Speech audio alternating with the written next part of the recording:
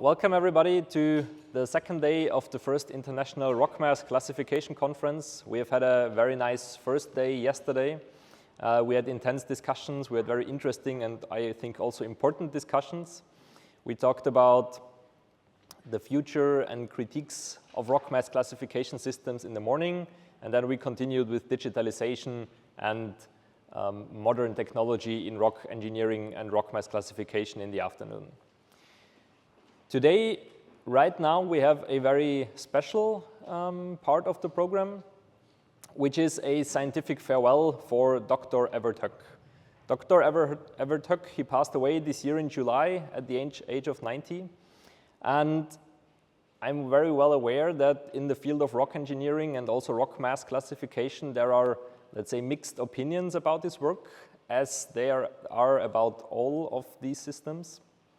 But I think there is no doubt that the work of Dr. Hoek had a tremendous impact on the world of rock engineering, and it absolutely shaped what we are doing today, the way we think, and also what we discuss here at this conference. And so in summer, the president of the International Association of Engineering Geology reached out to us because he said, Professor Vasilis Marinos, he said that he thinks the RMCC would be the best or a very good opportunity for a scientific farewell for Dr. Hoek. And we all found this proposal very interesting, very good. And therefore, we then arranged this scientific farewell, where first of all, we will get a presentation of the biography from Dr. Hoek. This will be presented by Professor John Harrison. Afterwards, there will be a presentation from the president of the International Association of Engineering Geology. And lastly, there will be a presentation of the representative from the International Society for Rock Mechanics, from Professor Leandro Alejano. Also, you might notice that we have some cameras here, and the reason for that is that we said this is an important thing for this conference, that it is a nice addition to this conference, and you, as the audience, you have the chance to participate here live. But also, we think that this scientific farewell is important for the rock engineering and engineering geological community worldwide. That's why this part of the event will be recorded.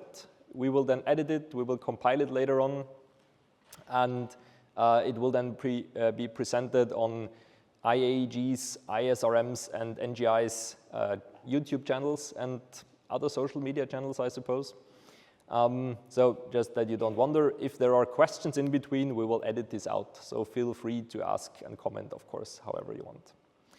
With that, I want to say, let's get this started, and I give it over to John Harrison. Thank you very much, Mr. Chairman. Colleagues, I have an impossible task before me, and that is that I have to summarize somebody who has had a 60-year career in rock mechanics and rock engineering in only about 15 minutes. So I will try my best. It obviously is going to have to be an idiosyncratic view because I just simply cannot cover all of his work in that time.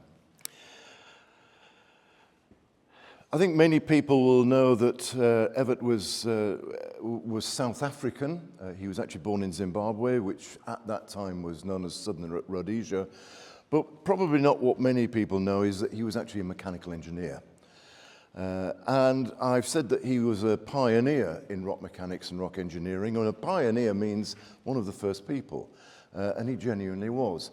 He was a mechanical engineer because at that time, that's all that existed. And he did his first research at a place called the National Mechanical Engineering Research Institute in South Africa. And we'll see this photograph of Evert later on. And he produced a report in 1965 for the Institute, which I have called a tour de force. 237 pages.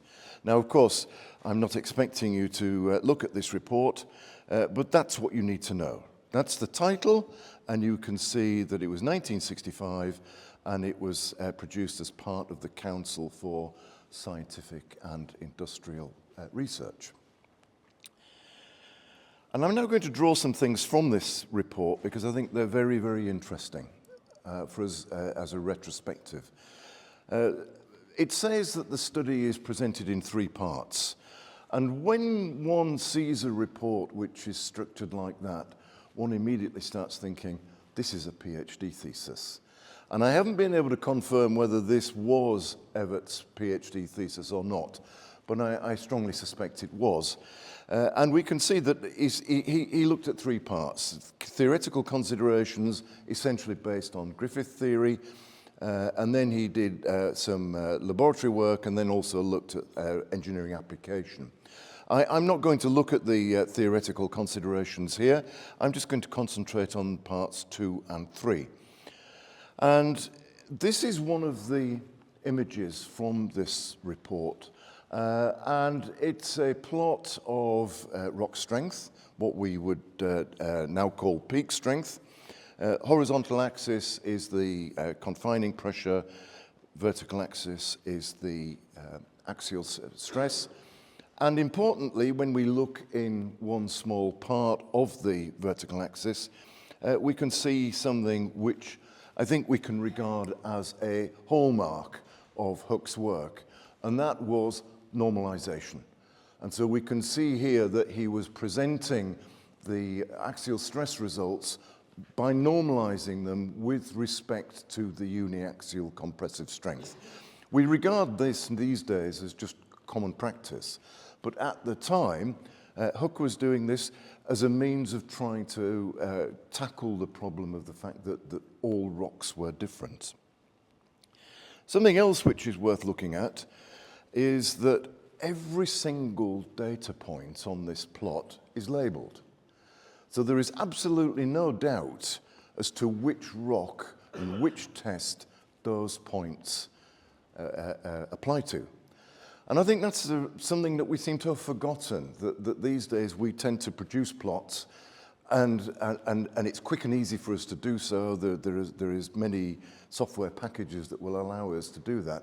But we forget the simple things like make sure that people can actually see what the data are. The next nice thing about this plot is down here. So this is not just a plot of compressive strength, this is tensile strength. And in 1965, how does one undertake tensile testing of rock? Well, the simple thing is you design and build a cell that will do that for you. And so here we see the dog bone specimen, which many of us will probably talk about in our teaching, having never seen one and having never actually done the test.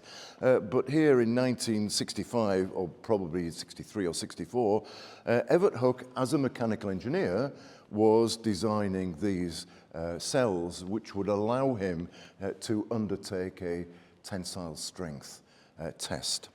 And I think it's important that we recognize that Evert Hoek, not only was he doing pioneering research in terms of obtaining the data, he was also doing pioneering research in terms of developing the equipment. And we mustn't forget that when we perform triaxial strength testing, we are usually using something called a Hook cell. And it's called a Hook cell because he was instrumental in its development. Let's carry on, and let's pick at something else from his report. Once one has set up the equipment to undertake triaxial testing, then there's all sorts of things you can do. And so here we have probably one of the first reports of the triaxial strength of anisotropic materials. Behind this, there is an analysis based on the Griffith criterion, but I don't want to talk about that. I just want you to see here, again, he's presenting his strengths in normalized form. Here he is normalizing with respect to the unconfined compressive strength, which is perpendicular to the fractures. And we have the angle of inclination of the fractures on the horizontal axis. And so he was confirming the well-known U-shaped curve that we have for the strength of anisotropic materials. And he didn't stop there, he moved on, because he was very interested very interested in the stresses that were induced around underground excavations in rock. And so this is one of the images taken from this report. And this is a physical test to determine the major principal stress induced around a circular opening which has a crack in both the roof and the floor. So I've highlighted the cracks there, and this is then the distribution of stress. He obtained this distribution of stress using photoelasticity. So we have to remember that this predates almost all computational techniques. And so this was physical testing, analog testing, where he built a rig which allowed biaxial testing of underground or circular openings using this material called photoelastic layer. And for those of you who have never seen a photoelastic rig, it looks like that. And so somewhere in the middle of all of that is the experiment, and the rest of the equipment there is to generate polarized light and then record on a film camera. And so let's look a little bit more closely there. And so this is Evert Hoek standing in front of his equipment. We can see the polarizers. At the left-hand side, we can see the camera on which his results were recorded. From 2024, that looks like an ancient bellows camera. But of course, at the time, in 1964, that was a bellows camera. There was nothing ancient about it at all. And so this is this is the earliest photograph I have seen of Evert Hoek, and this is him as a man in his early 30s. He was a man of his time, so we probably wouldn't stand dressed like that in a laboratory these days, but certainly that's what one did in the 1960s. He left the CSIR in 1966 and moved to Imperial College in London at the Royal School of Mines.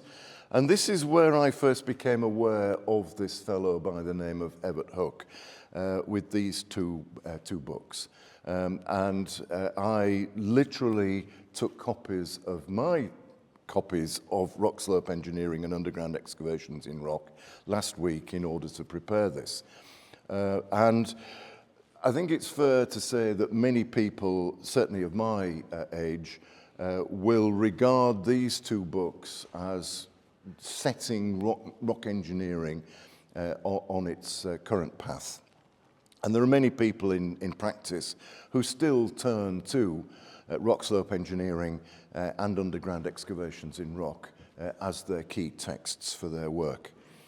Both of these were developed at Imperial College as part of a very large research program, and they are indicative of the efforts that Evert made to disseminate his results to a wider audience. He left the Imperial College in 1975 and moved into the geotechnical industry. So he was working with Golder Associates at Vancouver, and so he'd moved from South Africa to Britain to Canada by this stage. And in 1987, he then moved as professor at the University of Toronto, and he was only in the University of Toronto for 6 years, 1987 to 1993. But it was during this time that I first met Evert Hoek. And he gave me a 3.5-inch floppy disk, and he said, try this. And on it was this program here, Examine 2D. And I was astonished that, first of all, it was possible to produce a boundary element program that would run on an IBM PC, and secondly, that he would be giving it away.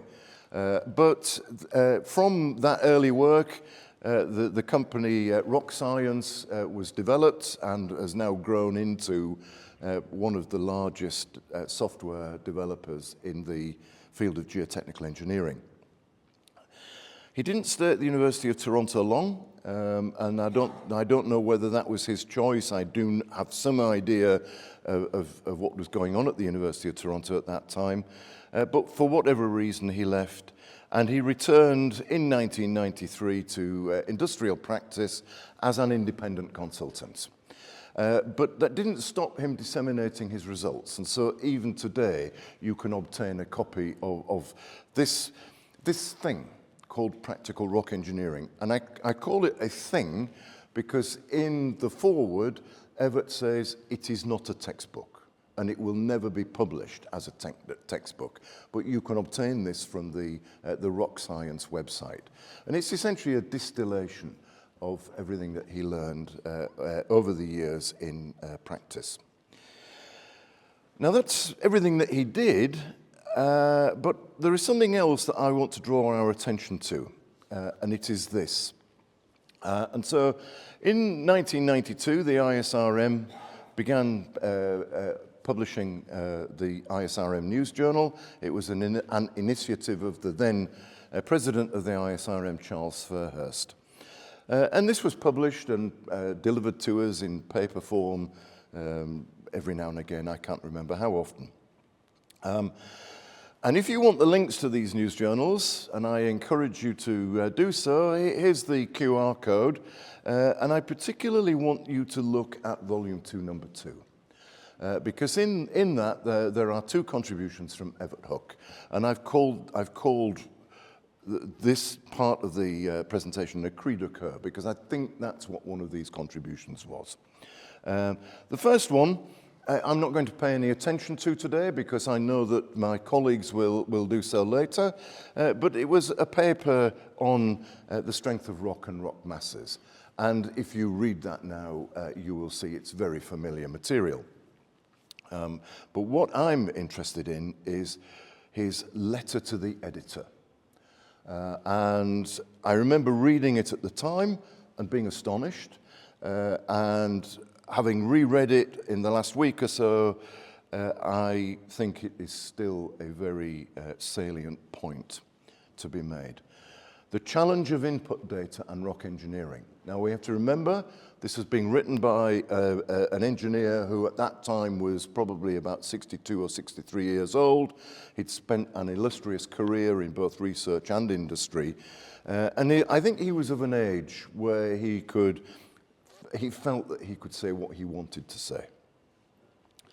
And what he said was this, and I'm not going to read any of these because you can read them far faster than I can, but he was concerned about our ability to collect and use geotechnical data. And when he refers to a time not too many years ago, he's referring to probably something like in the 1980s, before we had desktop computers. And it was very difficult for us to do analysis. But now he says things have changed. And we're now faced with severe data limitations. He was concerned that we had terrific software, but we didn't have the data to support them. And he accepted, or he understood why we had these problems. And so he picked on in situ stress as an example. They give an amount of scatter which would be unacceptable in almost any other branch of engineering. Don't forget, he was a mechanical engineer, so he knew about other branches of engineering. And this is still the case. When we look at in situ stress data, they have scatter which would be unacceptable for any other branch of engineering. And he recognized why this was the case. It was heterogeneous nature of rocks. But then he posed a question. What are we doing to try to understand improve our understanding of these problems? And he said this, the answer is very little. And I think he was in a position in his life that he could say that. And I'm sure that this angered quite a number of people at the time. He then took a swipe at the research community, and he said that there was very little effort being done to generate basic input data. And thinking about this, I still agree with him. We know that we have techniques which will allow us to gather some basic input data, certainly associated with rock mass geometry, but there are still areas where we are not able to obtain our basic input data. And he was recognizing that we needed these for numerical models, but also for improved design techniques. And at this time, Hoek was using computers to undertake probabilistic analysis and realized that he genuinely didn't have the data to do that. And he says these tools are rapidly reaching the point of being severely data limited. He was very concerned that we were buying these very sophisticated software packages and having no data. And the data that we were using, we were essentially inventing. And that's what his major concern was. The second page of his letter, it was more of a monograph than a letter, he makes these points here, and I think that Leandro, who follows me, will probably mention some of this as well. So when he and Ted Brown were writing underground excavations in rock, they realized that they had a gap. And having spoken with both of these authors, I can confirm that they both have this view. They didn't have a strength criterion, and so they had to invent one. And as we can see here, they had limited data of rather poor quality. I suspect it was that they didn't really know the provenance of the data more than anything else. But he's talking about the development of the Hoek-Brown strength criterion. Very limited data, rather poor quality. And he then says they offered this as a temporary solution to an urgent problem. So it's important to recognize that in the late 1970s, Hoek and Brown were thinking just in terms of it being that. And then Hoek says this, he's alarmed, or he was alarmed in the mid-1990s to see the criterion being applied to problems that we did not even dream about. And then he describes their work, desperate estimates. We sit here believing that the Hoek-Brown criterion is something fantastic, but Hoek himself regarded it as a desperate estimate. The fact that the criterion works more by good fortune than because of its inherent scientific merits is no excuse for the apparent lack of effort or even apparent desire to find a better way. This is what he was saying in 1995. Here we are 30 years on, and I think we should ask ourselves, have we tried to find a better way? And so I'm going to end by saying this, that I think we should try and honor Evert by seizing his challenge to find a better way. And with that, I will finish. Thank you very much.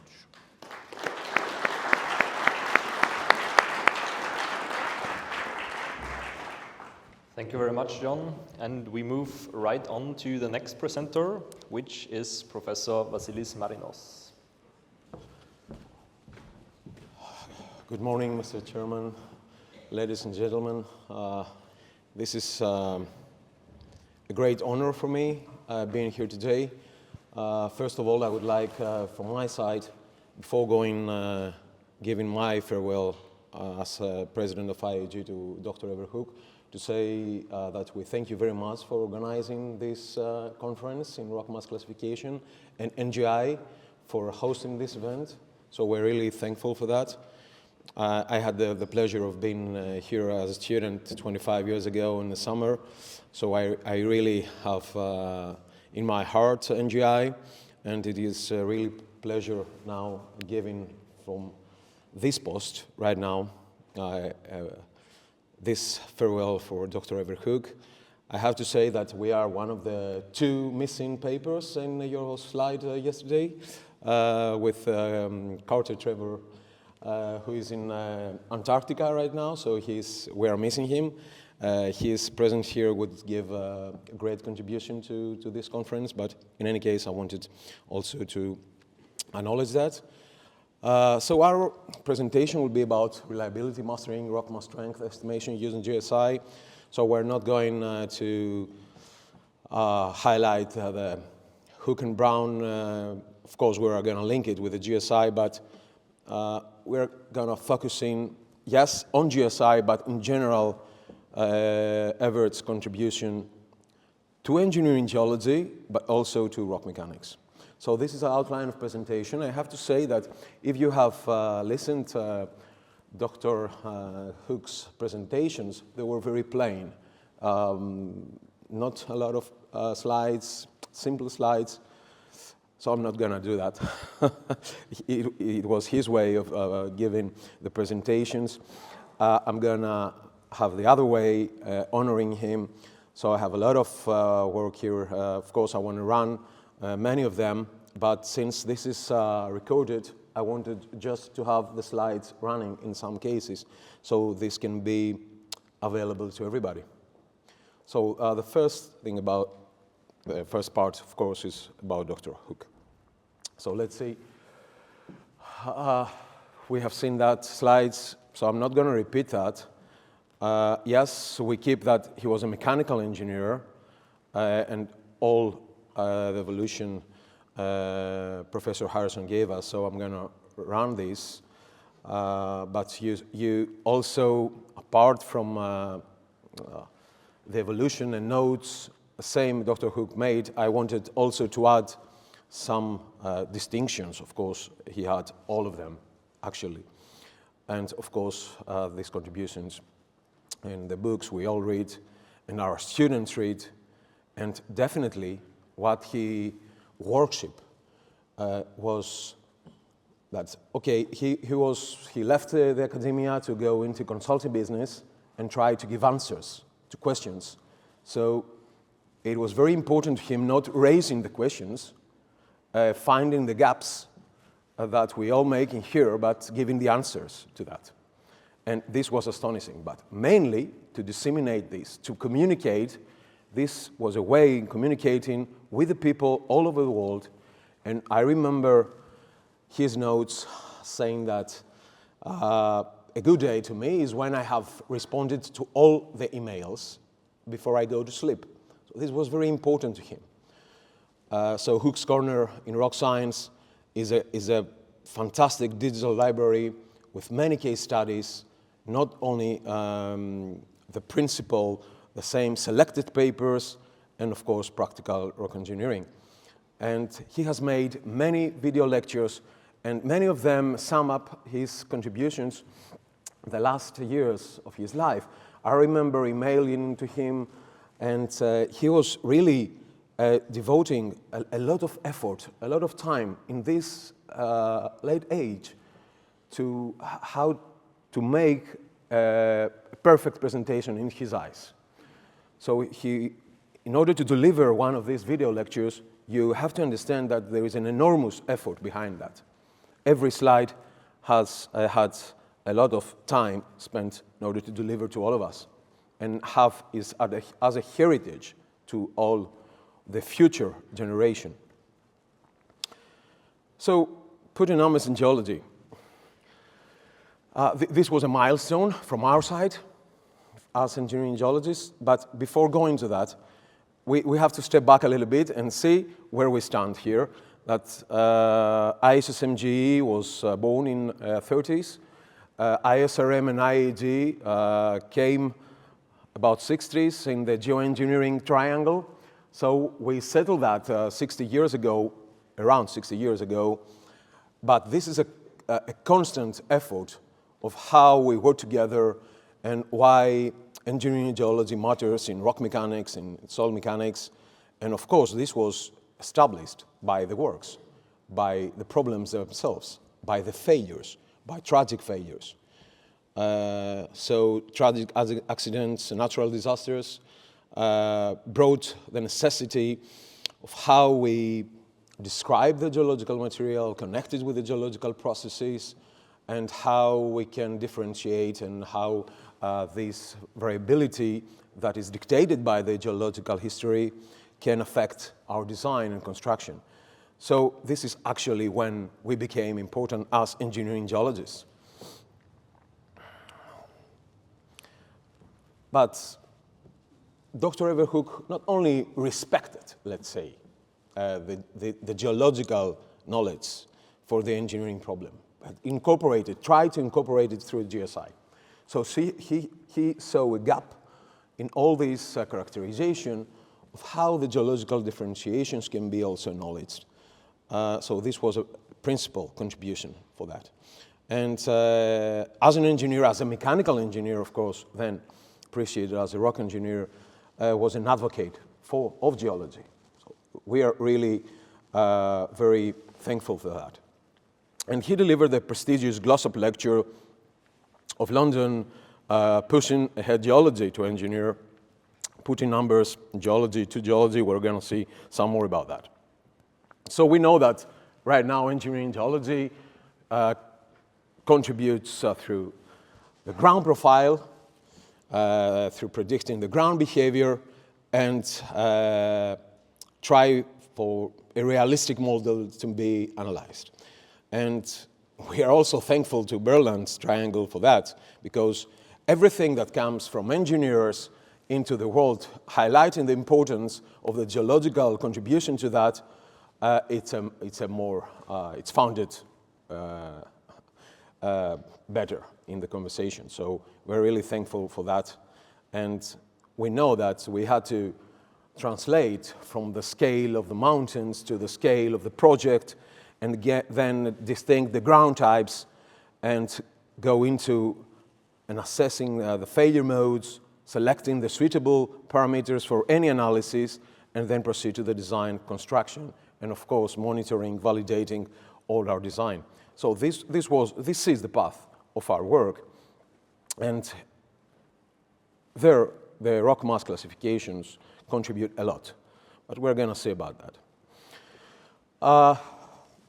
So as geologists in engineering problems and in rock engineering design, we have first to determine the rock mass, the ground profile, the geological model, quantifying the characteristic, putting numbers in geology, and then determine the failure types, determine the design parameters, and then analysis and dimensioning of the technical project is something that we help. So the conceptual part. Of course, so when the design parameters come into play, then we work a lot with the engineers of the problem to select the critical ones. So the realistic model comes to that, the realistic failure mode comes to that also, so this is very important. You can read there, I have put it in the next slide. I just wanted to stay in this one and say that a milestone in Dr. Hoek's work in the GSI and using geology in his work was the collaboration with my father, Professor Paul Marinos. And we had big projects in Greece, Metro of Athens, very big highway of 700 kilometers under critical, very difficult geological conditions. And this was a milestone of finding, let's say, problems that we couldn't characterize normally, so best estimates and engineering judgment was the best we could find and try to help to assist in the design and the construction. And this is a picture 10 years ago. I was very happy doing a sabbatical in Canada, so I had a road trip with Evert for 4 days in the Rock Mountains. It was the days that was the period when he lost his wife, his first wife. So this was a fantastic trip. You can understand in the Rocky Mountains, discussion about rock engineering, about GSI. It was one of the best moments of my life. So here is something to remember. So what he states in this Glossop lecture, of course, speaking to geologists, mostly and engineering geologists at that time, if we can quantify the geomaterials and striking a delicate balance between the opinion that geology cannot be quantified from one point and the over-optimistic view that every physical entity can be described in mathematical terms. So in reality, many geological features, as we understand, cannot be precisely quantified in parts of the world. So today, this requirement has been met to a remarkable extent with the development of engineering geological research, mainly, yes, new equipment, field tests, laboratory, and remote sensing tools, and the geotechnical classification system. So we have shifted our efforts to that. Of course, I'm going to also criticize and make similar points like Professor Harrison made in some minutes. So we understand that geological representative is key to achieving effective rock engineering design. So despite the fact that we have significant advances have occurred in almost every area in geotechnical design, we arguably the greatest development in rock engineering being in numerical modeling. To date, similar levels of advance has not been achieved in improving characterization of the geological variability. So we all saying the same things, but we try also to, in the meantime, still we're going to research and we are going steps forward to give answers and to assist the design and the construction of real works. So we require that reliable estimates be available of strength deformation characteristics of rock masses. So Dr. Hoek tried to fill that gap, of course, with the big contribution of what you saw and presented by Professor Harrison. So here in rock mass properties, we cannot have laboratory testing for rock masses. We can have, though, for intact rock masses, definitely, and this is an area where we are not doing a lot of work, also in the design, in situ testing, the scale issue problem, also budget issue problem. Back analysis, of course, is the best way to estimate these properties, but you need a failure or you need a deformation in order to proceed to that. So the use of rock mass classifications is vastly used for the estimation of rock mass properties. So rock mass characterization and classification is a vehicle in translating this geological variability into an engineering structure. So I have put here some complex and not straightforward rock masses, as some of you may have worked with. But we need to understand that this rock type, this rock mass type, so from the intact rock to the rock mass, right now, we have to see the genesis reflected in the quality of the intact rock and inherent structure, anisotropy sometimes. The tectonic evolutions reflect on the rock mass structure, fabric, and quality of joints. And of course, paleogeographic evolution reflects on weathering and final fabric. Of course, metamorphism and alteration are some other effects. So with the development of these extremely powerful computers, engineers required input data. So the Hoek and Brown came there to assist, and also with classifications that gave some, for tunneling mainly, solutions of how we can support our rock mass. So the necessity led to the development of a different set of rock mass classification, and the geological strength index is such as a classification. So let's go to that and see some evolution of the GSI. So you all know that 1994, Hoek introduced GSI index. So, but in his equations, he mainly used something that the people already knew, which was the RMR a lot. So he selected to put the RMR in this equation. But then in 1997, Hoek and Brown published a GSI in the form of a chart with a new rock mass classification system. This is not the current form. So GSI now replaces the RMR as an input data in the Hoek and Brown criteria. And then his synergy with Professor Marinos in many projects around the world resulted to this chart, which is the Hoek and Marinos 2000 chart as you know it right now. And of course, different evolutions contain the heterogeneous chart with the competent and incompetent rock masses, so tectonically deformed rock masses. Of course, there are updated, revised versions, but this is not the point of this presentation, not to stay in the GSI. And tectonically undisturbed also sedimentary series. So the estimation of rock mass properties, once the GSI has been selected, then the system becomes highly quantitative, of course. And GSI can be used as an input into numerical analysis and closed-form solutions.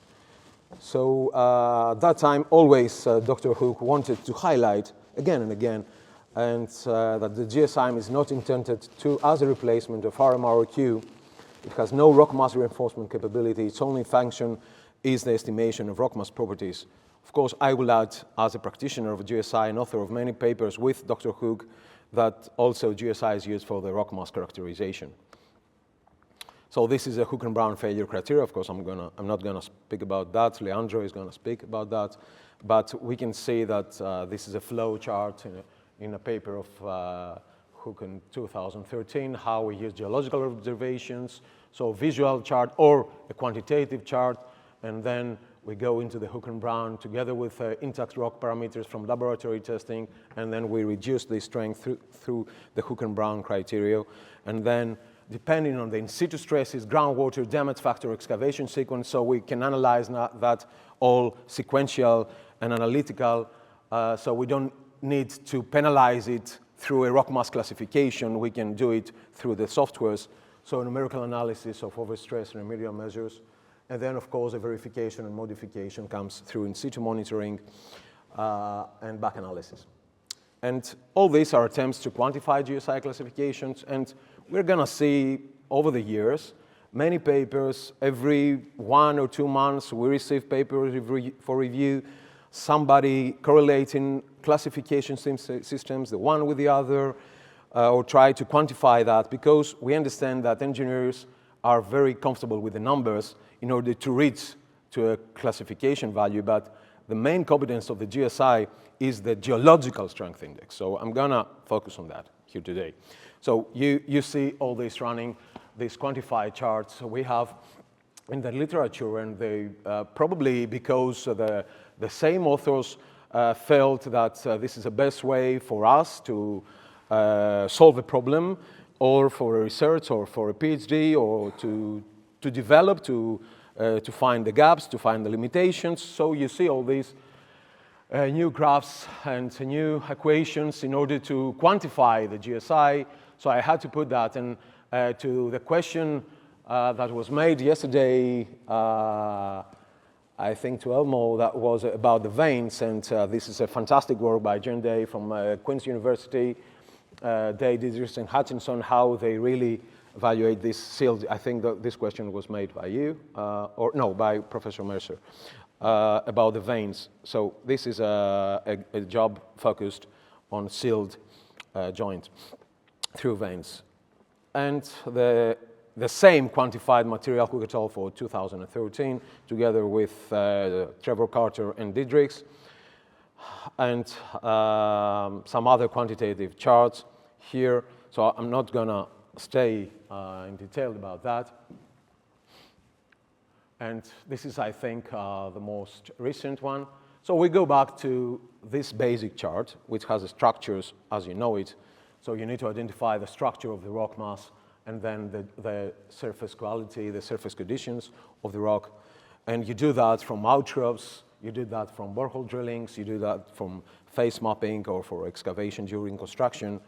But the main issue also when you classify, when you use this GSI or any rock mass classification scheme, is to think about the scale. So this is a very well-known scale effect. So apart from how you detect the ground type, depending on lithology, tectonism, weathering, alteration, and then when should I change the GSI value also depends on the scale of the problem.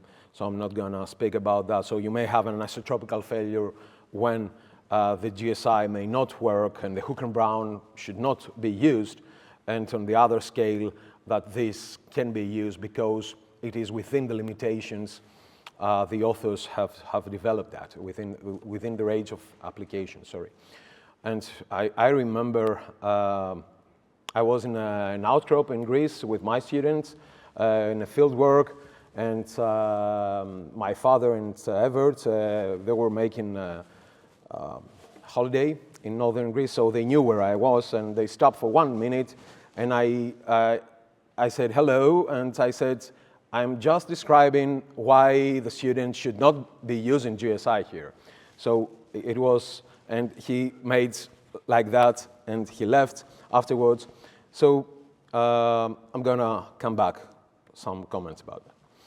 So we have on one side the intact rock parameters from, and then the factor is reducing the strength of the intact rock with the GSI and the disturbance factor. And of course, this is the ID, the numerical ID for an isotropic analysis, of course. So if you want to use these numbers for the Hoek and Brown, you have to be sure that you have these numbers.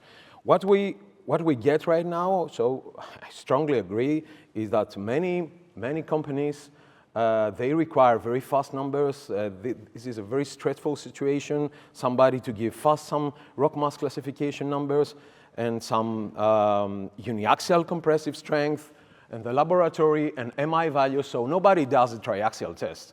And for example, I asked a very huge project, how many triaxial tests your companies, design companies that had the projects, the contracts, and they said none. So they are just relying on the table, some other, and like that, Hoek and Marinos from MI values, and they don't perform triaxial tests. So we try to do it, and my PhD students, they really sweat a lot in the laboratory making all these triaxial tests in order to publish and have at least these variations. And you see these variations, they are huge. So in order to just select one number from a table, it's totally wrong, and as Professor Harrison already highlighted. I just wanted to show on the right corner how the different rock mass of the bubbles you see in this GSI chart, which are for different rock mass in geological environment, with the sigma CI NMI, they can have a lot of combinations due exactly to the geological variations we have, not only because the nature of the rock itself, but its geological history and the intact rock properties. And of course, the empirical relations connecting with the deformation modulus. Again, all these are used in practice, in the design, when I say in practice. And this is a GSI as a tool to characterize, and if necessary to classify, if we want to use this number into any form of analysis, numerical analysis. But I wanted just to show how we use that in Athens Metro in Greece. So we have a very complex bedrock below Athens. So we have an Athens schist. We have the upper unit and the lower unit. This is a tectonic nape pile during alpine folding and thrusting. So we have alternations of rock types of variable strength, deformability, and durability characteristics. So here, Professor Hoek, when he came as a consultant at the end of the 90s, he was watching rock masses that he hadn't worked in the past. So watching all these rock mass types, and you see the upper unit, which is fractured and disturbed, but okay, and then going to something which is very sheared and foliated with a lower sheared unit. And you see all these different kind of materials ranging from blocky to very blocky to brecciated, because mostly there are meta-sandstones, so they have more brittle behavior. But below that, due to the thrusting, we have the black schist, which is from blocky disturbed to semi and foliated. So all these should be somehow characterized and should be somehow evaluated for its behavior in the TBM machinery, and of course analyzed in order to proceed with the construction. So it was a real problem. Requires solutions, and of course an expert then at that time, a consultant, could help into finding that. So this was a new challenge. It wasn't something already published. So after all this description, which is geologically based, then we have all these intact rocks, and we have the GSI system try to quantify, and we have these bubble charts to see the differentiation between one section of the tunnel. And then, of course, we have combinations of the GSI in these sections with the depth, but also in the horizontal, and then laboratory tests with uniaxial compressive strength and correlating with the deformation modulus of intact rock. And then all these previous geological, nice conceptual, because this was mainly conceptual, of course, based in some boreholes, because this is in FID, this is in tender documents, so it's not yet, let's say, added with new boreholes. So we can have this translated by zone, specific rock mass types with numbers behind that, some numbers that are characterizing a ground type, or numbers that we can or we may use in any sort of analysis. So I'm going forward to how the GSI can respect the engineering geological characteristics and how tectonism reflects on rock mass characterization, how weathering and how alteration reflects on rock mass characterization. So how geology cannot be bypassed by putting numbers, but following, eventually we need to put numbers, but we need also to follow the process. So depending on the severity of the tectonism and how the rock mass can be deformed to something which was blocky and then it's brecciated or foliated, of course depends on how brittle or ductile is the material. And if it has also heterogeneity before, then you may have some more mixtures in your problem. So you see the path of how tectonism can change the rock type. So we see here, for example, this is an engineering geology model in a fleece environment. So we know that fleece is not a rock, it's a formation, and it is almost everywhere in the alpine belts all over the world. So we have alternations of a competent and not competent material, and then within a few hundreds of meters, we can have all these rock mass types. So these rock mass classification systems, they first help us in order to distinguish this rock mass, the changes in rock mass. But imagine in this stretch of the tunnel, we may have only one borehole or two boreholes. So in order to differentiate and say I have 6 ground types, you need a very well appreciation of the geological model all over the area. So you need a very good mapping, and you need the classification system to guide you of what kind of variations you may have next to that borehole that you don't have data. So this is very important to identify how the complexity of the rock mass or how weak a rock mass can be due to the structure or due to the tectonic evolution or due to the presence of clay formations, how they behave in brittle or in plastic deformations. So you need to understand that all these rock mass classification and characterization in this case assist us. And for example, here, this is one of the most difficult tunnels because we have a big thrust from one fleece unit to another fleece unit. So we have a mountain that traveled hundreds of kilometers to go there and built in a tunnel, only 90 meters overburden. But this was a very difficult one because you had the satellite thrust. So you need somehow to differentiate and appreciate how this rock mass can change within the tunnel and how you can assist, of course, in the supporting one. So you need somehow to distinct how much rock mass types you can have. And then from the knowledge, first, you have a base, you have a Hoek and Brown, you have a GSI chart, and then you say, okay, I have results. I have a construction, I have a design. So after building tunnels, for example, 15 tunnels in this kind of environment, then you have some data. So you can help the following projects in this kind of environment and say, okay, you can appreciate that you may have these 11 types. And these are some indicative range of values that you can use if your rock mass behaves isotropically, because many of them behave totally anisotropically in many cases. So your problem is not through Hoek and Brown and GSI, etc. And you see some pictures of how all these shifts towards the end to the lower floors of the GSI, depending on the fracture and tectonic mixtures and foliation. So the same rock mass like that could be in the next tunnel phase as a blocky one. So you put numbers, but you definitely need to know if you have an isotropical failure squeezing, so you can put this, you have an overall failure of the rock mass. So in this case, okay, I can use a Hoek and Brown criteria, safer, and estimate the deformation along the tunnel. So for this rock type of the picture there, in the 50 meters, in the 100 meters, in 200 meters, 500 meters, this is a kind of problems I may be facing in squeezing.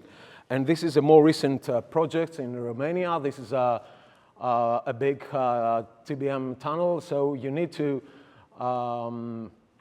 then, of course, identify the intact rock properties, of course, of the different rock mass types.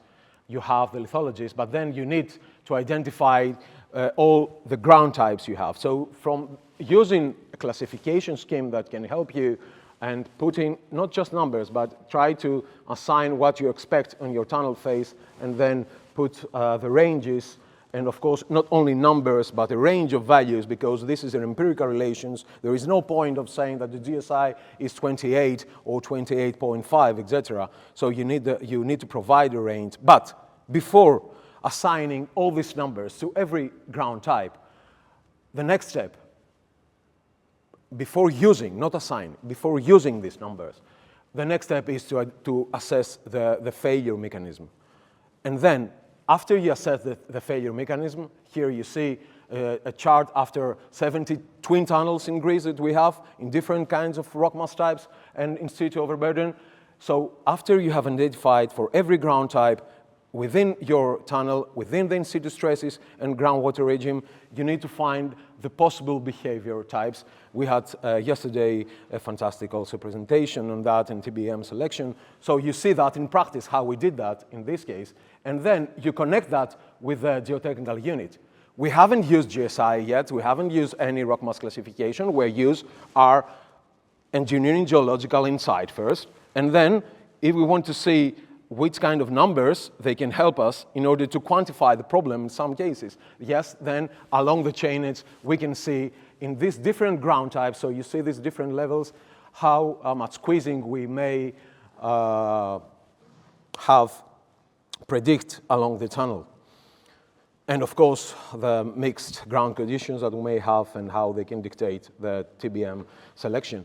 And then, 2 minutes? So I'm going to pass this one. This is a pipeline. So how we use the GSI in order to change the rerouting, because the pipeline industry also requires in a few months a decision on why to reroute a pipeline. So in order to do that, we needed some questions fast. So with some boreholes and laboratory tests, we needed some numbers in order to provide together with Mark Lee, who is the next Glossop lecture speaker, to then decide which kind of landslide is risk or not. So how weathering reflects, of course, again, this is another now mechanism, and how this differentiated by foliated structure, tectonic disturbance, weathering degree, or the presence of shear zones. Mr. Chairman, can I have 5 minutes in total? Thank you.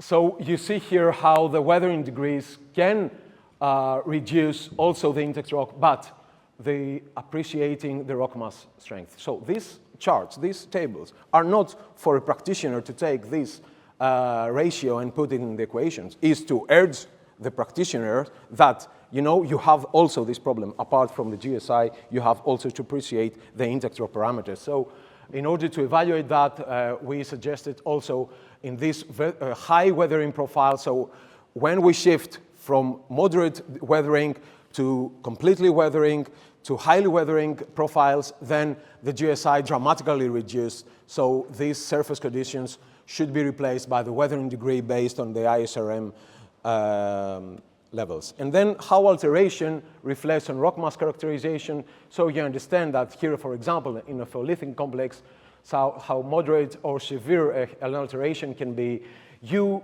can follow these geological rules and the path and say, okay, between this one, I can have another type if I understand the geological history behind that. So we see here, for example, in ophiolites, that yes, the ophiolites is a complex by its genesis, as you saw before, but also through thrusting. And we have all these deterioration of the rock mass quality due to serpentinization and, of course, the tectonism. So we have originally compact, relatively soft, and more easily sheared by tectonic processes. We have, again, complex and weak rock masses. So you can follow this arrow and say, okay, I can have a rock mass type 1, which is very solid, and numbers of GSI and sigma CI. But then I can have something which is serpentinized along the joints, not in the rock mass, not to the intact rock, But then we have a change also in the intact rock strength due to the serpentinization, and the rock mass quality also deteriorates. So these visual charts, they help us in order to understand and link, let's say, in our geological model, how we can have these differentiations due to alteration here.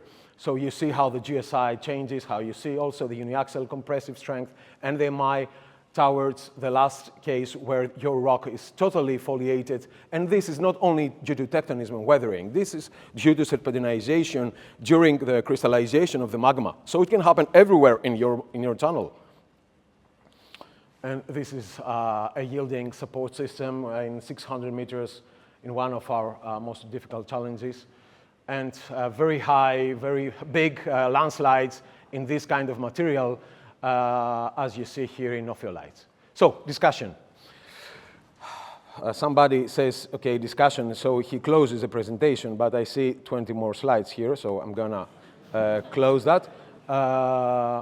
So the discussion, this was when I was in Imperial College and totally loved the time. That was a Friday morning, watching Professor Harrison in these very nice blocks of charts in rock and how we can understand.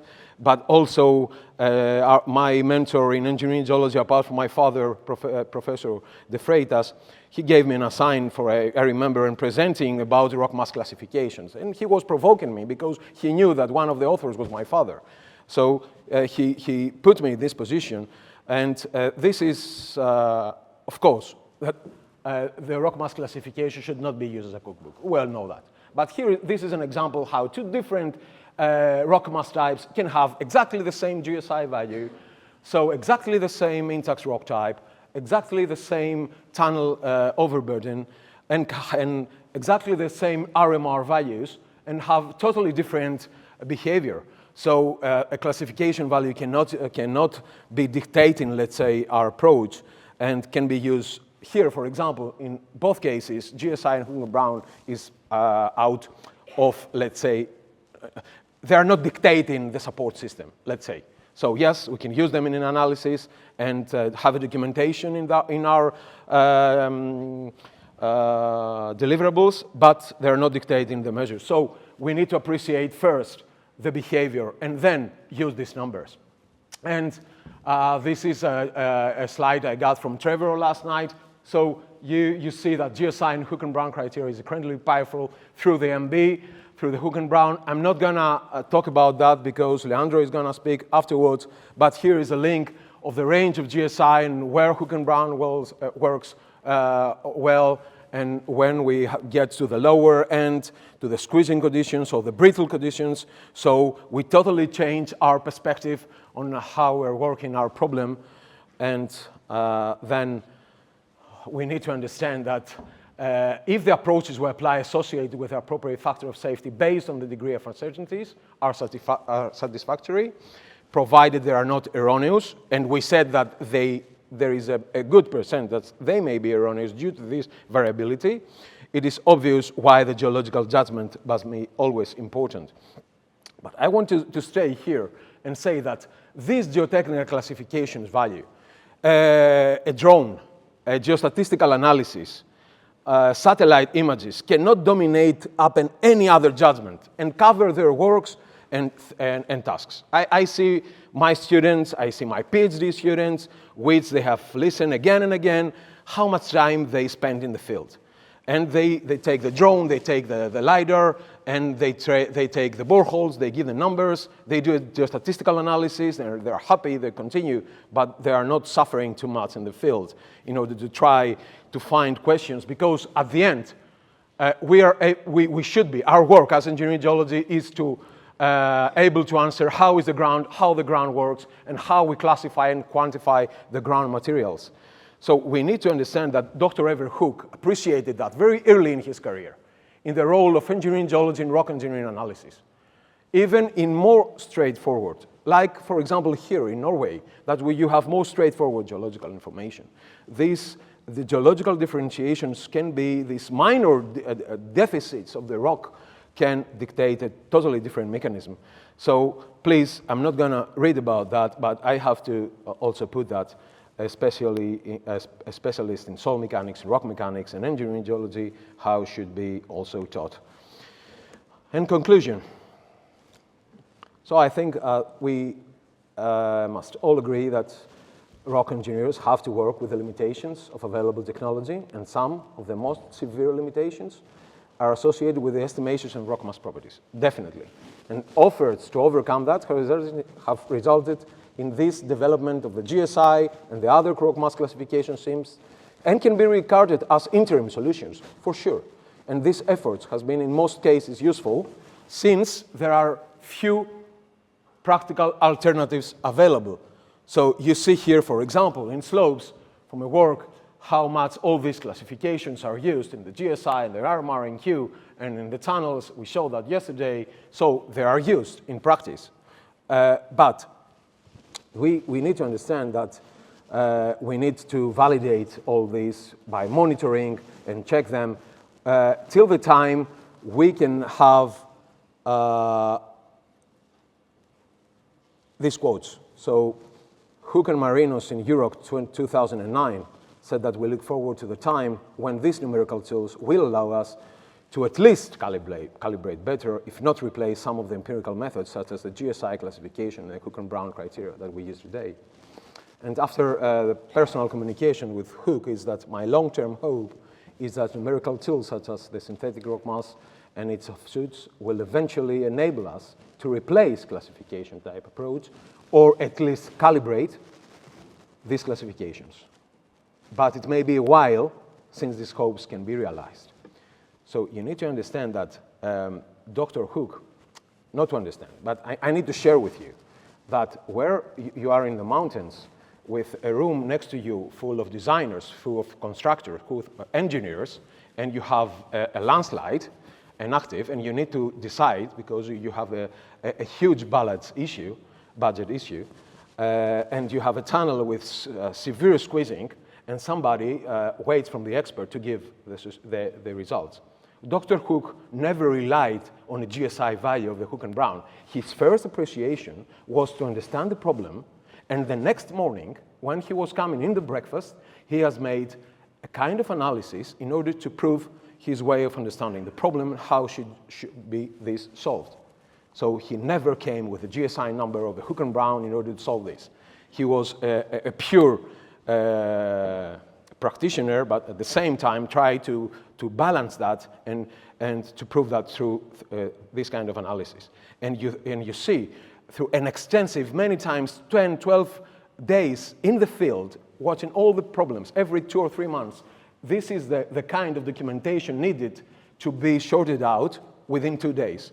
So this is something that, together with my father, they really gave that to all the companies, that at the end of any, let's say, a panel of expert issue, they prepared their final report at the end of this. So everybody was very happy.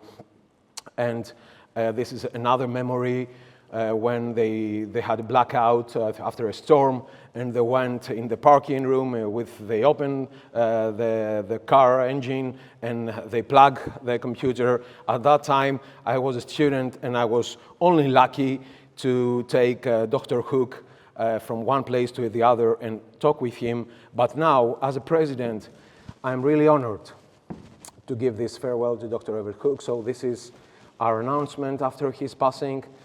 And thank you very much for your appreciation, Mr. Chairman. Thank you very much for this overtime. Thank you.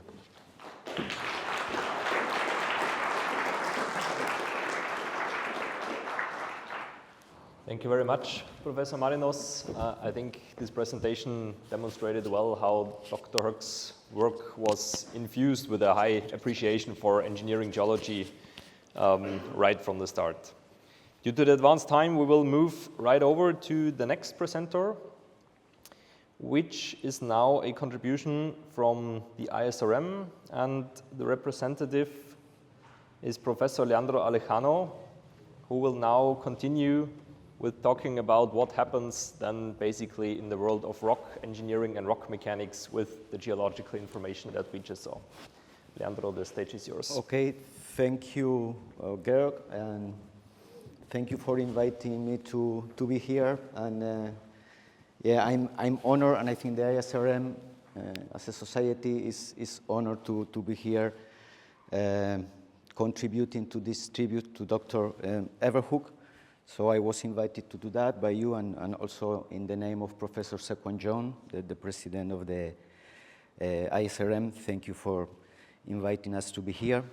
So when I was given the task to honor Dr. Evert Hoek, I think about what I've taken from all the things he has done, and decided to focus on two main topics, also to arrange with my colleagues here this morning.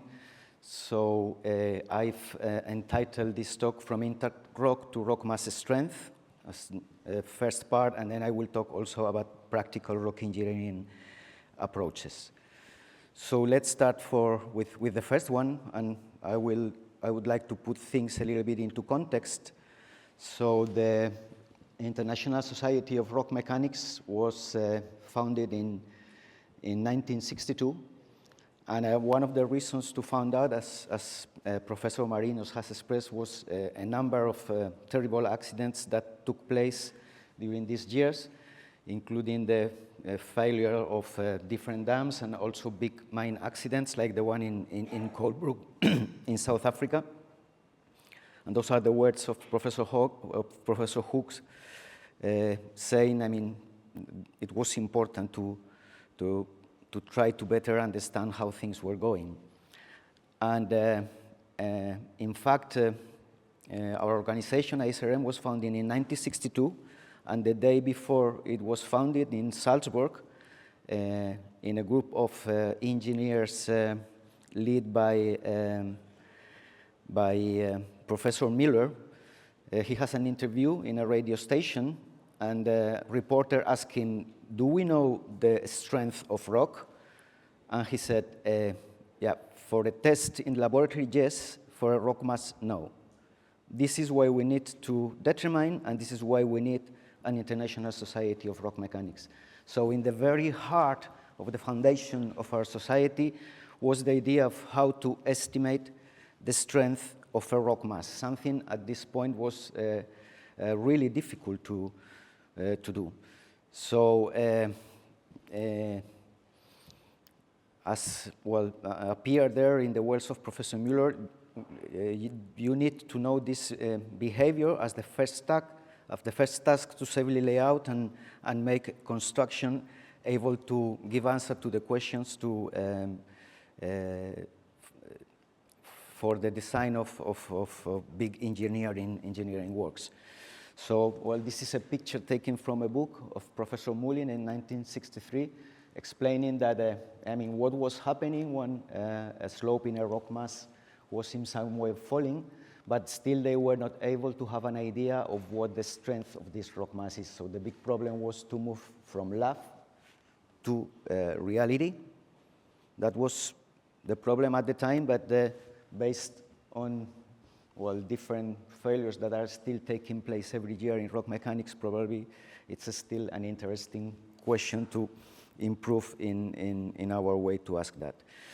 So to try to understand how Professor Hoek, of course, together with Evert Hoek, get to the, well, first initial solution of their equation that was in some way answering this question, I basically refer to a paper by Evert Hoek in 1983, where he, well, first posed the problem. So he said that for jointed rock masses, an evaluation of shear strength presents formidable theoretical and experimental issues.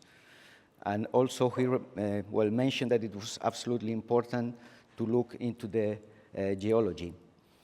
So he also summarized what was known about the strength of jointed rock masses at the time, and explain in some way how do they get to this to their final equations, based first in the original Griffith's theory that was part of his PhD thesis, as John Harrison has commented, and also in the modification of the Griffith's theory by McClintock and Walsh, based on the frictional forces in the joints.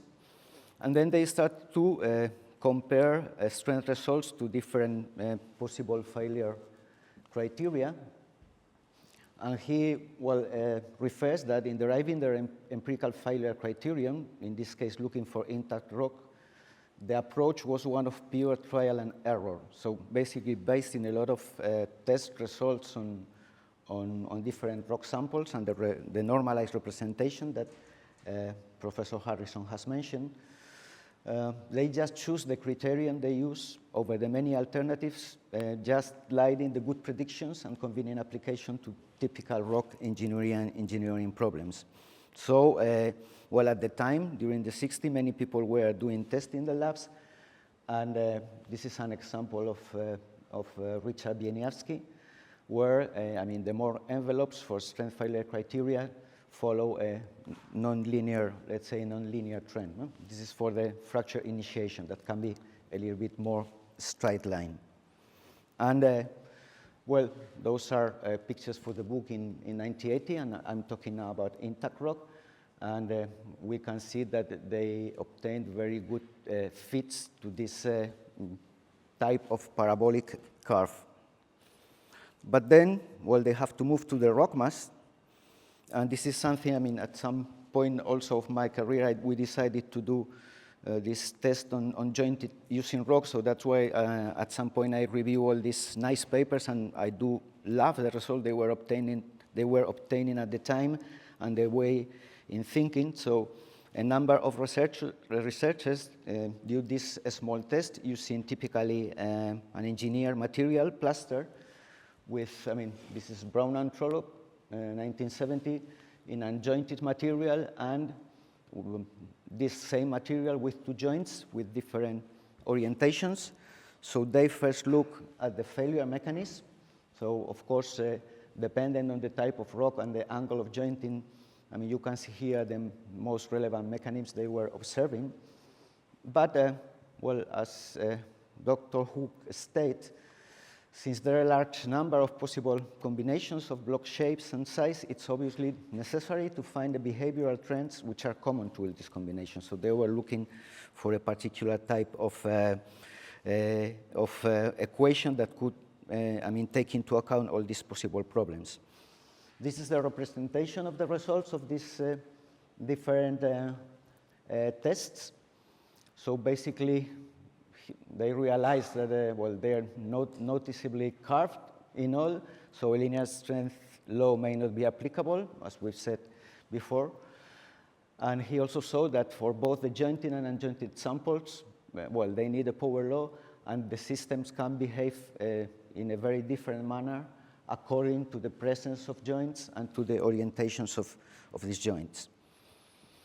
There was a paper by Branko Ladanji, and Guy Archambault in the 70s that they were trying to also answer this question of how's the strength of this material. So they started to in some way bracket the problem, trying to do in these very simple models with small concrete blocks. And based on the evolution of dilation and the shear parts, they kind of bracket the behavior of this between just friction sliding in a planar joint. This will be that of the intact rock, and they can identify some different strength failure criteria for irregular rock surface, for fissure rock, and for what they understand as a rock mass. And this has an empirical background, so it was based in the test they were doing. Also, Professor Einstein and one of I think his PhD student, they make a lot of tests with different orientations of these jointed materials, and came to similar conclusions. So trying to focus the rock mass strength. They saw that sliding along joints can be like a lower bound. The intact material can be an upper bound. And they also resort to the Griffith line and see how different levels of jointing produce a slightly different strength strength responses. And also, as John has presented in the first studies, Hoek resort to this Jaeger plane of weakness behavior that we can obtain when testing an isotropic rock or testing a sample with just one joint. So those are figures from some authors, McLamore and Gray and Horino and Ellickson on different anisotropic rocks. And we've done also this type of test in roofing slates in our area to obtain also some similar results. Those are results for I think it's Delabole Quarry in UK. So we have this kind of trends, but he realized, also based in this paper written in French by Ladangi and Archambault, that, first you can obtain different mechanisms, but what was more interesting is that if we take into account the presence of two joints with two different orientations, theoretically, and based on these Jaeger planes of weakness, we should have this theoretical response for different confinement levels. But what we see in practice is some, kind of more fuzzy response, so some more going through anisotropic behavior. And this is one wonderful research study of Professor Klaus Werner John from Karlsruhe, and they do also this test, and he make these same representations, but they represent the results just according to the strength in every direction according to the joints. So he realizes that when two of these U-shaped anisotropic strength response get together, so he tried to overlap this and looking for curves representing this behavior. So that was kind of the theoretical approach, and here, similar to what Dr. Evert Hoek do a few years before, he represented all the results of all the samples, and he checked that the theoretical response were reasonably matched by the observations in the lab. So if we consider a rock sample with two joints with different orientation, and we represent the strength behavior in all possible directions, so we will obtain this kind of strength response for one joint, for the other. So in general, we will have this blue one. So there's a trend to isotropization. So we can go to a strength that's representative of the rock mass. And those are the graphs that Evert Hoek present in their book of 1980, where when we have like three joints with, let's say 60-degree orientation, we can compute strength results that can be in some way, isotropic. So I think when he was proposing his final strength criterion, he has in mind this kind of response, that this can be in some way more representative of a rock mass containing, at least 4 or more such joint sets. This is another paper from Ted Brown, also in the 70s, with strength models of rock joints in intermittent joints. So he prepared also these engineered samples with different kind of jointing. So we can see here the results in terms of shear stress, normal stress in more circles. He identified, this will be the case for the unjointed rock. He identified that this was the weakest point, so he kind of identified the lower possible strength. This was the strongest one that appear here. So they kind of look to the joint rock strength rates to try to bracket this.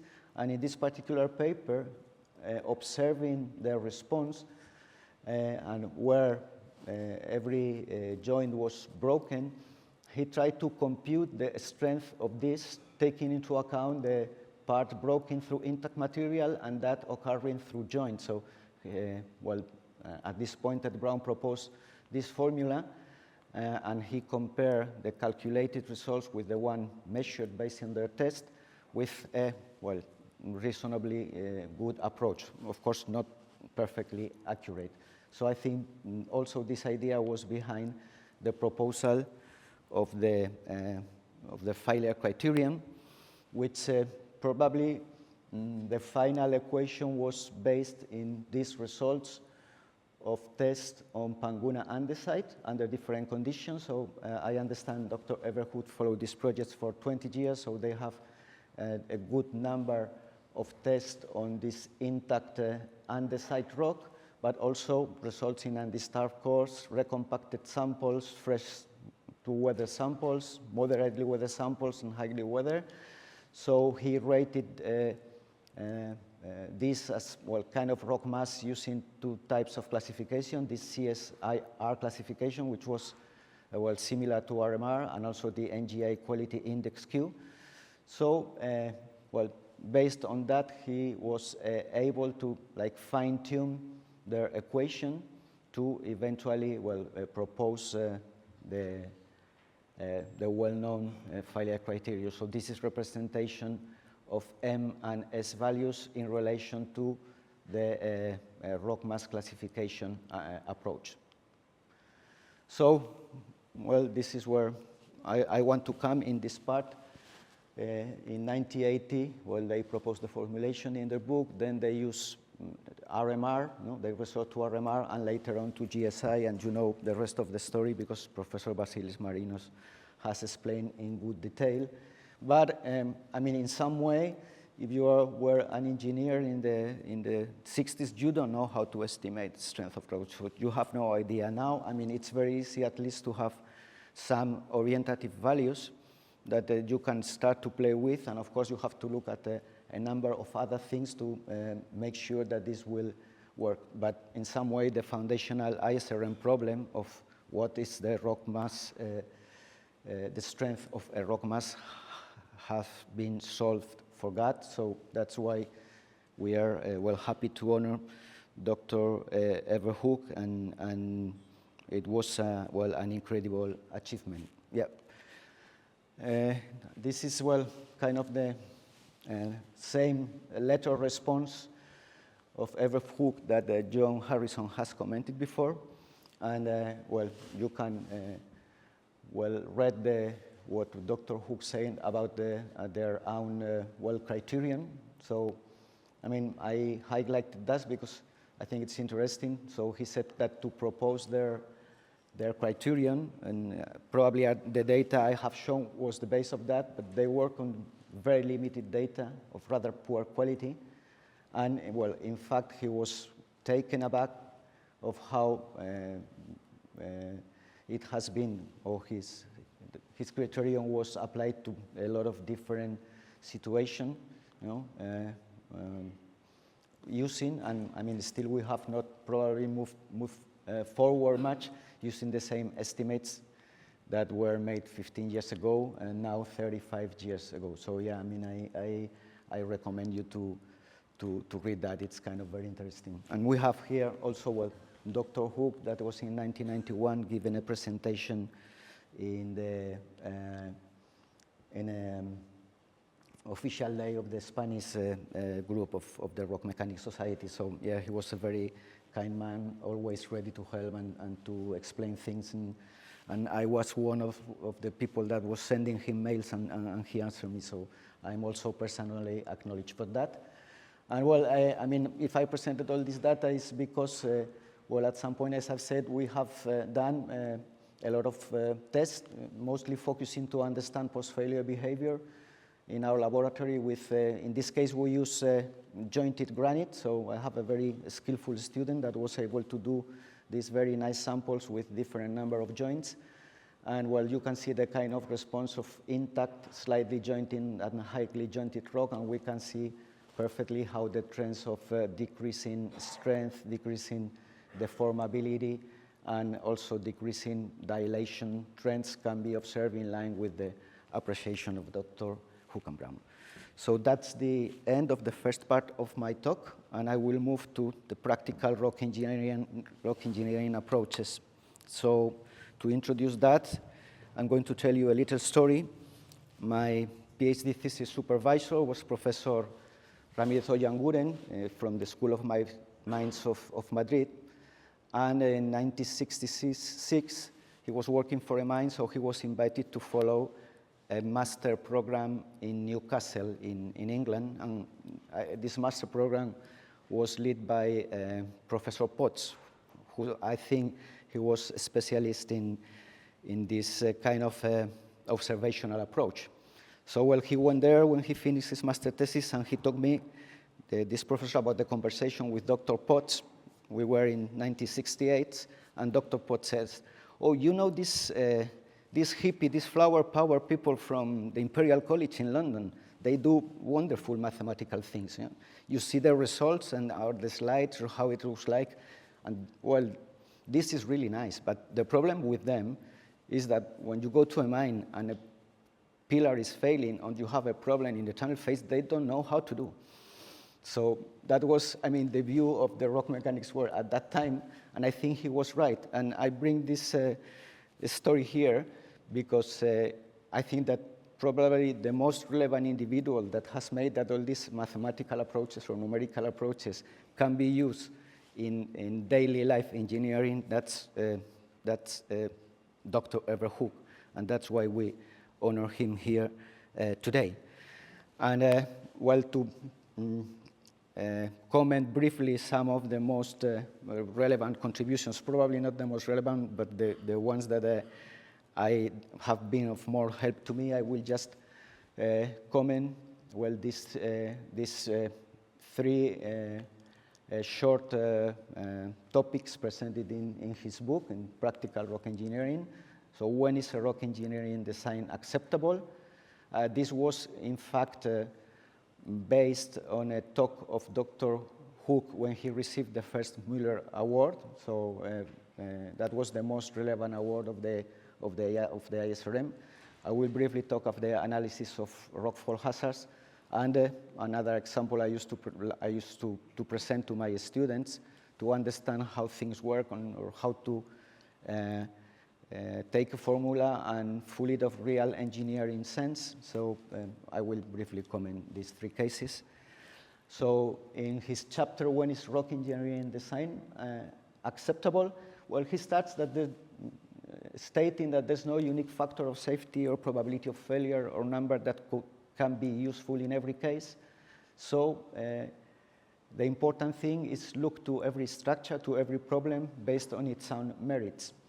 So at the end, also, of course, the responsibility, it's in the engineer. So he presented the number of typical problems in rock mechanics, for instance, landslide. And in this well, wonderful table, he presented the typical problems, the critical parameters, their analysis methods, and the acceptability criteria. So to present an example, for instance, in jointed rock slope, typical problems are planar or wedge failure with a structural control. The critical parameters are the geometry of the slope and, well, the geometry of the joints, groundwater, earthquake, and sequence of excavation. So he explains you possible problems, what you have to look particularly at. So, of course, the depth of potential planar failure joints is much more important than density, so spend your money there. They give you also what kind of methods you should use, so limit equilibrium analysis or three-dimensional one. If the problem is more 3D type, you can use failure probability analysis, well, based also on statistical distributions. And he gives you the acceptability criteria. So in this case, maybe 1.3 for a mining slope, 1.5 for a civil engineering slope, some time of probability of failure.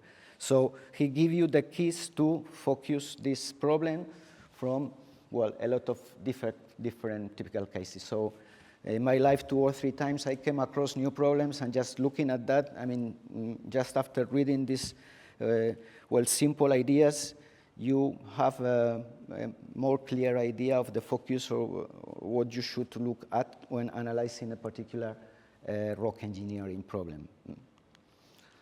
Okay, one of these problems was the analysis of, well, rockfall hazards. And you can see, well, here are the kind of problems that are expected, the critical parameters, the analytical methods, and acceptability criteria. In this chapter, he also presents this rockfall hazard rating system which is a kind of checklist. We're looking at, well, it's kind of classification system that can be of help to first look at a problem and identify what potential issues can be there. And also he presented this nice event tree analysis for rockfall hazard, where based on more or less reliable information, one can provide probabilities of the different sub-events or individual events to get to basically annual probability of occurrence. So if you can compute that, also finally he provided some levels of acceptable risk. And one of the few times I've been talking with Dr. Hoek, I remember that we were talking about what risk is acceptable. And he said, if you ask any politician, he said 0. But we all know that, I mean, there's always some risk at stake. So in some way, the engineer has to make his mind out or look for some reference that can be applicable. So, well, I also presented this because based on this proposal, at some time we realized that in Spain, the records of accidents in quarries due to rockfall were very high. So using these, well, simple approaches, we, finally proposed a kind of very simple charts that can help you to design which is the appropriate catch bench that you should use in a particular quarry, taking into account backbreak and so on. So it's a very simple approach, but I'm aware that it's used by, well, some companies in the field of aggregate quarries in Spain and in some other countries.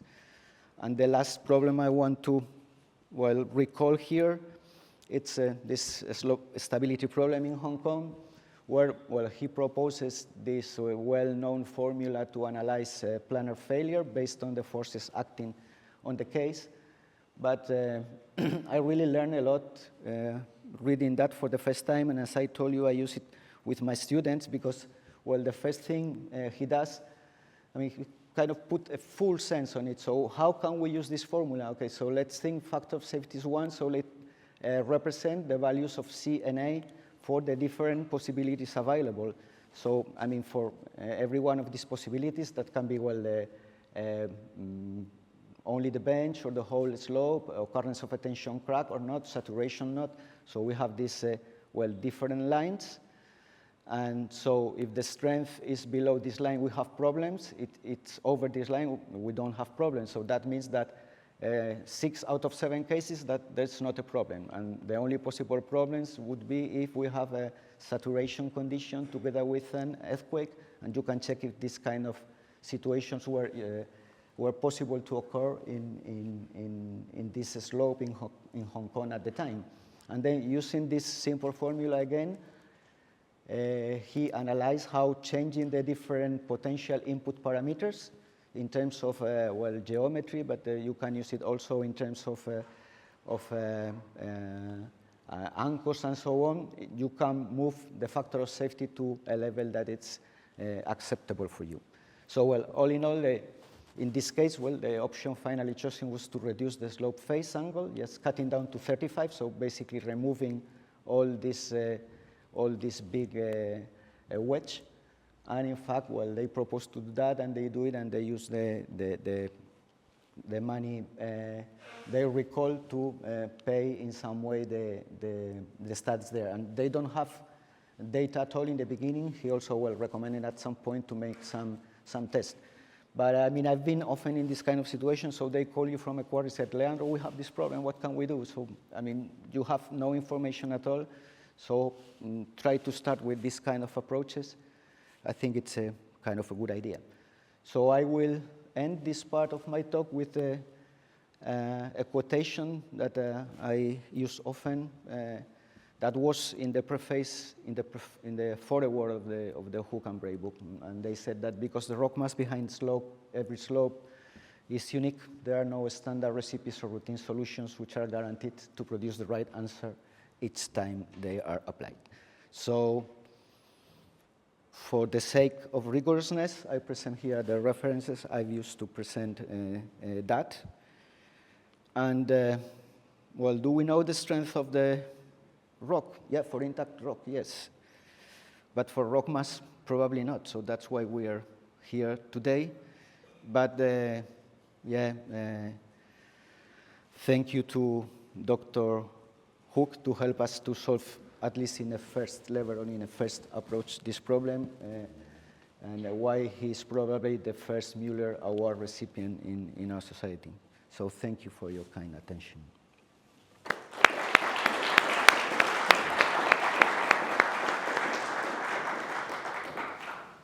Thank you very much, Professor Alejano. This was a very nice presentation of the rock mechanical and rock engineering aspects of Dr. Hoek's work.